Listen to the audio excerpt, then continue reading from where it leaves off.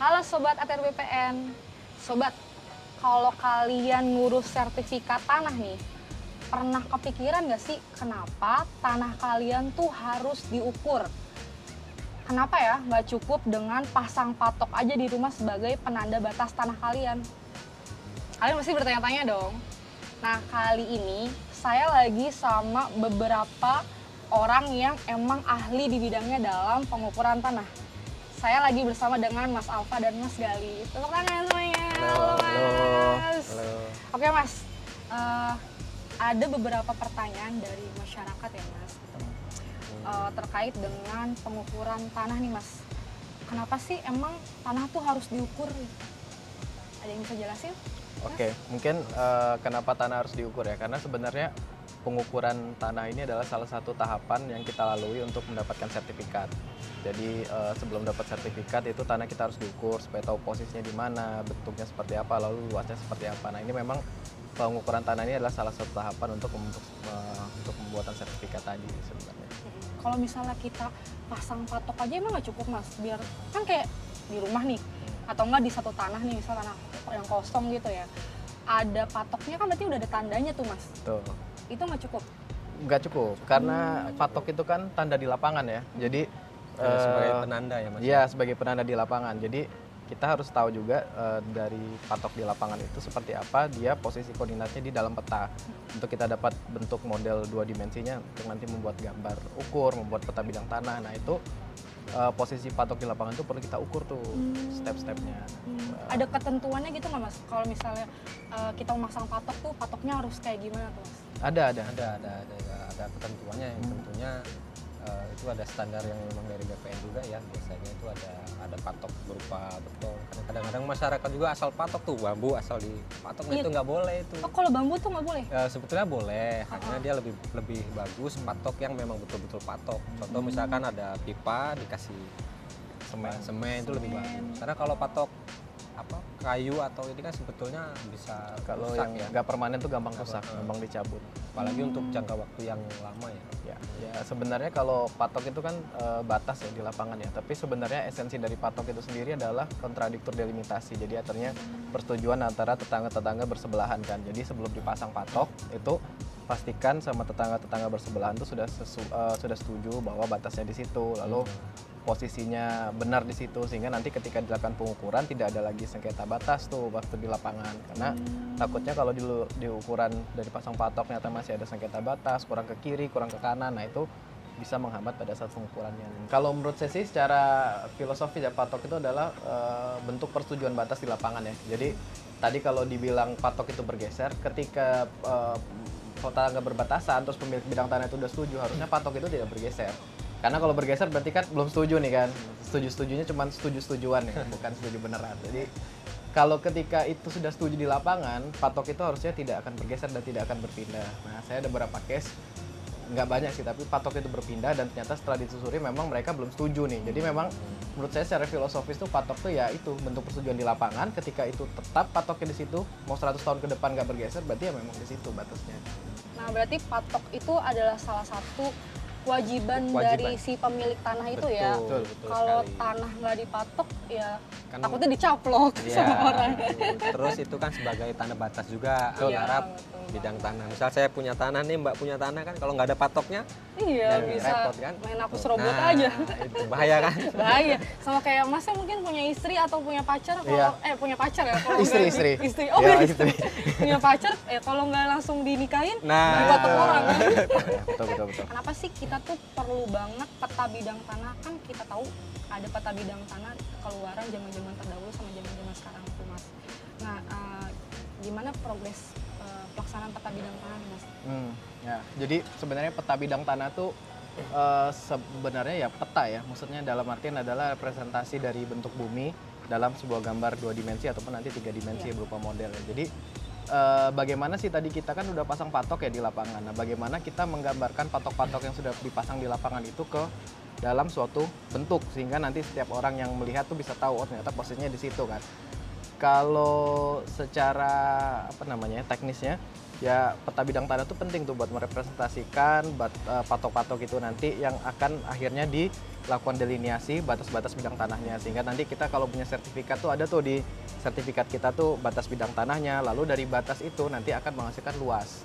Karena kan sertifikat selama ini kan kita berapa luasnya. Nah, jadi sebenarnya itu secara hierarki itu seperti itu. Jadi patok di lapangan itu lalu digambarkan di dalam gambar ukur, lalu antar patok itu kita bikin garis, sehingga dari garis itu akan membentuk sebuah bidang yang akan bisa kita hitung luasnya. Nah, mungkin seperti itu ya. Jadi secara hierarkis kenapa pentingnya peta bidang. Nanti peta bidang itu sendiri adalah salah satu komponen yang perlu kita bawa ataupun kita miliki sebelum kita nanti memohon sertifikat nanti. Peta bidang tanah itu bukan merupakan tanda bukti hak hanya, jadi peta bidang tanah itu digunakan sebagai acuan untuk penerbitan sertifikat nanti. Untuk jadi pengumuman. Untuk pengumuman. Jadi peta bidang tanah itu kan diperoleh dari data hasil pengukuran yang dimana prosesnya itu kan kita pengukuran di lapangan, nanti data hasil pengukuran itu dituangkan dalam gambar ukur, yang kemudian gambar ukur itu adalah terbitlah peta bidang itu sendiri. Nah, peta bidang itu sendiri itu adalah yang nantinya digunakan untuk menjadi dasar dari penerbitan sertifikat. Gitu, Mbak. Mas, kalau misalnya di lapangan nih Mas, bisa nggak sih tiba-tiba gitu ada nambah luasan gitu waktu kita ngurus sertifikat tanah gitu? Jadi misalnya ini terkait itu tadi ya pertanyaan yang dari zaman dulu sampai zaman sekarang. Ketika zaman dulu kita punya bidang tanah, mungkin kita mengukurnya masih dengan metode yang tersedia di zaman dulu gitu. Misalnya pita ukur ataupun teodolit. Nah di sekarang karena perkembangan zaman, kayak misalnya HP kita pun juga semakin canggih kan. Nah tentu teknologi pemetaan juga semakin canggih, sehingga dimungkinkan adanya perbedaan luas. Karena memang ya zaman dulu dengan metode yang ada di zaman dulu, misalnya luasnya 10, ternyata ketika kita ukur dengan yang lebih teliti sekarang mungkin luasnya 8 atau bisa jadi 11. Nah sebenarnya itu dimungkinkan karena secara metode dan alat ukur juga yang kita gunakan berbeda. Jadi sebetulnya kan nambah luas itu ada dua penjelasan ya. Yang pertama, apabila dia alasarnya dia masih girik, lettersi atau jual beli, nah itu masih kita bisa klarifikasi karena kan luasnya belum tertuang di dalam sertifikat. Namun apakah tanah yang sudah bersertifikat bisa berubah lagi luasnya? Nah itu kan perlu ditinjau ulang kembali, Mbak. Jadi misal kayak kita mau beli tanah nih, saya mau beli tanah dengan Mas Gali, nah, tapi dasarnya belum sertifikat, dia masih berupa girik. Nah namanya orang dulu kan dia beli tanah kan asal sebut aja kan, saya punya tanah 100 meter. Nah dibuatkanlah itu di dalam surat jual beli 100, tapi pada saat kita proses pengukuran, surveyor datang dan petugas ukur datang, ternyata hasilnya bisa lebih. Nah itu nanti biasanya kita buatkan berita acara. Jadi gitu ya guys ya, jadi nggak tiba-tiba berkurang atau nggak tiba-tiba bertambah, tapi kita mengukur berdasarkan prosedur yang berlaku. Betul. Nah kalau boleh tahu nih Mas, kalau tadi kan Mas bilang dulu kita pakai pakai apa? Pita ukur. Terus teodolit. Nah pengen tahu nih Mas, kan zaman makin berkembang ya Mas ya, semakin canggih nih. Sekarang BPN nih punya alat ukur apa aja sih Mas? Saya bingung nih karena kita punya banyak, takut sombong. Banyak. Gak apa-apa, wajib disombongin. Oke. Jadi ya itu tadi ya. Jadi walaupun tadi saya bilang pita ukur terus teodolit itu alat lama, tapi bukan berarti sekarang nggak dipakai. Jadi kita tetap ada pita ukur, tetap ada teodolit, total station. Lalu untuk terrestris, terus yang ekstraterestrialnya kita punya receiver GNSS geodetik, itu yang bisa ukur batas bidang tanah sampai ketelitian milimeter ya. Jadi penggaris kita tuh aja kan senti ya, ini bisa sampai milimeter, itu GNSS geodetik. Lalu untuk yang lain lagi kita punya UAV namanya, Unmanned Aerial Vehicle. Jadi itu yang bisa mengukur secara fotogrametris, jadi dari foto udara, lalu nanti kita lakukan koreksi, biasanya kita gunakan untuk peta kerja ataupun peta acuan. Nah itu UAV. Terus juga kita menggunakan citra satelit resolusi tinggi nih. Citra satelit resolusi tinggi ini wahananya ya di satelit, lalu dia punya sensor yang bisa memotret keadaan bumi sekarang. Oke Mas, kalau misalnya terkait sama luas tanah Mas, itu cara ngukurnya tuh gimana sih Mas? Waktu kita SD atau SMP belajar kan kalau persegi panjang tuh luasnya panjang kali lebar gitu. Nah ini sebenarnya konsepnya sama, jadi pakai hitungan matematis tuh. Tapi karena bentuk bidang tanah kita tuh nggak persegi panjang persis, jadi bentuk hitungan matematisnya tuh ada sedemikian rupa dengan software, sehingga harapannya nanti akan lebih teliti, bukan harapannya, tapi bisa dipastikan ya lebih teliti lah daripada kita. Ini kan rawan kesalahan manusia. Jadi masyarakat udah nggak perlu khawatir Nggak perlu dan khawatir. takut lagi ya Betul. semuanya. Nggak perlu was-was, beli tanah kurang lah. Iya, nggak perlu was-was nih. Kalau udah diukur ya. Udah diukur. Kalau belum diukur masih was-was bisa. Ya, kalau masih belum diukur Berarti kita nggak tahu nih. kalau kita kedatangan petugas ukur jangan was-was teman-teman. Ya, Karena sebenarnya teman-teman yang di lapangan ini yang justru menyelamatkan aset kita Ya, kan, ya tanah kita kan. kita yang ngecek lah istilahnya kan Iya, batas-batas ngecek. bidang tanah. Kalau misalnya Mas melakukan kegiatan pengukuran Mas, apa aja sih Mas yang perlu ada ketika saat itu Mas? Pada saat pelaksanaan pengukuran itu yang pertama harus ada pemilik tanah tersebut atau yang dikuasakan. Itu yang pertama. Kemudian kayak administrasi berupa dokumen, surat pernyataan pemasangan tanda batas itu harus ada, dan dokumen-dokumen alasan secara fisiknya itu harus ada juga. Kemudian tetangga batas, disaksikan saksi-saksi juga itu lebih untuk Tetangga batas tuh minimal berapa tuh Mas? biasanya? Sekeliling. sekelilingnya, Sekeliling sekitar utara, rumah selatan, ya. barat, timurnya. Diupayakan hadir, tapi kalaupun tidak nanti kan ada surat pernyataan tanda batas dan persetujuan tetangga perbatasan itu mungkin Sudah cukup. ya intinya kalau di lapangan itu sebenarnya karena kita pekerjaan pengukuran dan pemetaan ini kan beda sama pengukuran pemetaan selain kadastral ya. Jadi kadastralnya ada aspek legalnya. Jadi selain tadi aspek teknis yang harus dipenuhi kayak seperti patok, terus alat ukur yang tersedia, tapi juga kita tidak boleh melupakan aspek administrasi nih kayak tadi yang disampaikan Mas Alfa, ada surat pernyataan pemasangan tanda batas, persetujuan tetangga. Nah, itu yang sedikit membedakan antara pengukuran pemetaan kadastral dengan pengukuran dan pemetaan lainnya gitu. Mas, kalau misalnya dilihat kan kalau Mas Alfa ini kan surveyor berlisensi ya. Ya, Betul. Kalau betul. Mas Gali ini surveyor Pemetaan. pemetaan. Pemetaan. Bedanya apa sih Mas? Ya, jadi sebenarnya kalau surveyor pemetaan di BPN itu sebenarnya ada dua ya. Jadi yang ASN seperti saya ini dan ada yang Mas Alfa dari Mitra, SKB, ya. mitra, jadi Mitra, surveyor ya. kadaster berlisensi. Nah, memang mengingat pekerjaan BPN ini yang banyak ya. Jadi wilayah Indonesia kan luas sekali kan. Jadi dengan petugas ukur ASN yang tersedia ini kan akan menambah waktu lebih lama ya. Jadi kalau dikerjakan kita semua, jadi memang kita membutuhkan kerjasama lah dengan mitra-mitra SKB ini sehingga pekerjaan tadi yang banyak dan wilayah Indonesia yang luas ini bisa tercakup pemetaannya lengkap gitu katanya. Jadi kalau untuk jadi surveyor berlisensi itu pertama kita harus mendapatkan lisensi dari Kementerian ATR BPN. Jadi kita dapat lisensi dulu nih. Sebelum kita dapat itu kita nggak boleh.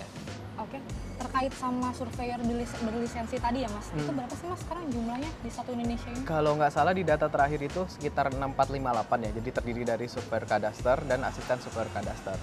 Berarti segitu banyaknya ya Banyak. mitra surveyor berlisensi yang Banyak. turut membantu dalam kegiatan pengukuran ya Mas? Untuk dukanya mungkin kan karena jadi surveyor berlisensi itu sangat beresiko. Oh, gitu? Iya benar. Petugas ukur surveyor berlisensi itu sangat beresiko. Ini jarang kedengeran sama masyarakat ya Mas Nah, ya? Karena itu. kan kita Jadi- ada salah satu program namanya PTSL nih guys. Jadi Nah. PTSL pendaftaran tanah sistematis lengkap di mana pemerintah itu mendaftarkan bidang tanah, seluruh bidang tanah di Indonesia secara massal dan gratis ya Mas. Betul. Nah, itu tambah pekerjaan buat teman-teman petugas ukur dan Betul. surveyor. Nah, tapi dukanya juga tuh kan ini ya, wilayah Indonesia tuh kan luas ya. Jadi nggak semuanya tuh gedung kayak gini yang bisa dipijaki. Nah, saya pernah juga ngukur, bukan pernah ya, sering ngukur juga di hutan, di rawa yang Rawa. susah, dan mungkin saya pernah 2 kali ketemu binatang buas. Oh iya, ya, apa tuh Mas? Ular, kan? Ular, gitu. harimau. Ya, jadi memang perlu persiapan mental juga ya. Jadi Fisik juga. surveyor fisik juga, dan benar kata Mas Alfa tadi memang ada pertanggungjawaban kita secara legal juga, secara hukum ya terkait hak produk. Tapi ya semua itu dilakukan ya inilah ya demi terwujudnya tadi Indonesia lengkap, terpetakan lengkap. Karena kan kita nggak bisa milih nih lokasinya mau yang kota terus mau yang ini, tapi kadang kita harus ke hutan, harus ke rawa. Harus siap. Mental Harus siap baja ya, mental, iya. nggak bisa minyak-minyak ya Mas. Iya. Mas, ini tuh ada pertanyaan terkait dengan survei kadastral. Itu tuh sebenarnya apa sih Mas? Soalnya awam banget sih sebenarnya survei kadastral itu apa? Survei kadastral sebenarnya ini ya pekerjaan pengukuran pemetaan untuk tujuan kadastral ya. Jadi kadastral itu sendiri kan dari katanya kan kadastral, secara kadaster. Nah, kadaster itu sendiri tuh untuk penggunaan pendaftaran tanah. Jadi survei kadastral itu sebenarnya adalah proses pengukuran pemetaan bidang tanah yang bertujuan untuk pendaftaran tanah nantinya.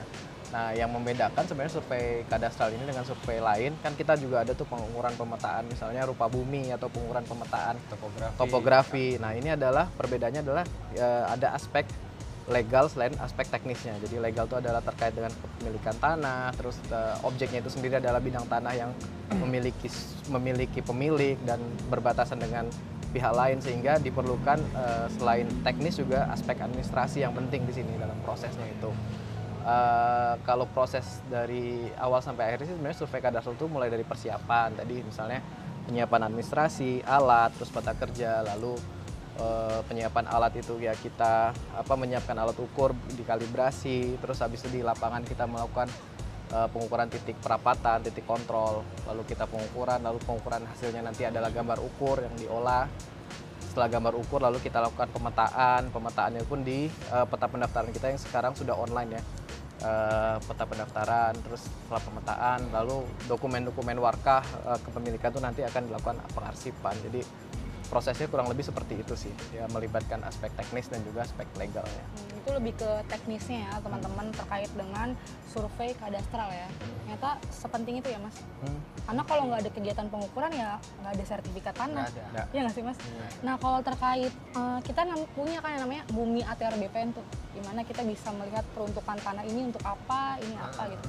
Itu ada kontribusi dari teman-teman petugas ukur atau nggak bisa? Iya, jadi kalau Bumi itu kan sebenarnya peta yang di sana kan hasil dari teman-teman petugas ukurin yang di lapangan kan. Ketika setelah diukur, dipetakan, lalu diupload di peta pendaftaran yang bisa dilihat online sekarang melalui Semuanya bisa Bumi. akses ya. Semua bisa akses. Jadi fungsi kontrolnya pun selain kita ada beberapa QC juga setelah keluar masyarakat pun bisa langsung melihat produk kita, sehingga nanti ketika ada ketidaksesuaian ataupun keberatan bisa langsung menyampaikan kepada kita. Nah, jadi teman-teman tuh masyarakat bisa mengontrol pekerjaan dari kita juga ya Mas ya, dari Bumi ATR BPN gitu. Nah, Untuk ngecek sih. ya untuk ngecek peruntukannya ya Mas ya. Tadi kita tuh udah ngobrol banyak sama Mas Alfa sama Mas Gali, terus jadi banyak banget tahu kan tentang patok tanah, tentang pengukuran tuh kayak gimana, prosesnya, suka dukanya ya Mas ya. Dan yang paling saya tangkap sih kayaknya ideal banget jadi petugas ukur ya buat jadi mantu idaman ya Mas. Iya. Mungkin ada yang ingin disampaikan terakhir kepada masyarakat Mas, pesan-pesannya Mas? Mas Alfa dulu. Kalau saya sih sebagai pelaksana di lapangan, Sebagai mitra juga ya ya Mas ya? sebagai mitra TRBPN juga, sebagai surveyor berlisensi juga, mengingatkan ke masyarakat untuk lebih peka terhadap pemasangan tanda batasnya. Terus apabila sudah bersertifikat tanahnya, tolong dipelihara tanahnya. Dalam arti dipelihara itu ya tanda batasnya dicek, jangan hanya punya tanah tapi dibiarkan. Ya. Nah itu hanya menimbulkan konflik nantinya. Oke, kalau dari Mas Gali? Kalau dari saya sih bener sih Mbak, jadi memang patok itu harus dijaga, terus ketika sudah nanti misalnya keluar sertifikat, mohon dikuasai secara efektif, karena banyak juga permasalahan timbul karena tidak dikuasai, tanah tidak diusahakan. Nah selain itu juga mohon pada masyarakat untuk mensukseskan kegiatan PTSL ataupun pengukuran bidang tanah, karena jangan takut, maksudnya pengukuran ini adalah nanti akan memberikan kepastian hukum nih buat masyarakat. Jadi kita harapkan bersama-sama lah kita menuju ke kepastian hukum pemilikan bidang tanah, lalu mengurangi sengketa dan nanti bisa mengurangi konflik bidang tanah juga. Intinya tetap jaga batas tanahmu dan ikut turut sukseskan gerakan pemasangan tanda batas atau gema patas. Oke, terima kasih banyak sharing-sharingnya Mas Makasih. Gali sama Mas Sama-sama. Alfa. Jadi teman-teman Sobat ATR BPN, sekian dari kami. Kurang lebihnya mohon maaf. See you di next video selanjutnya.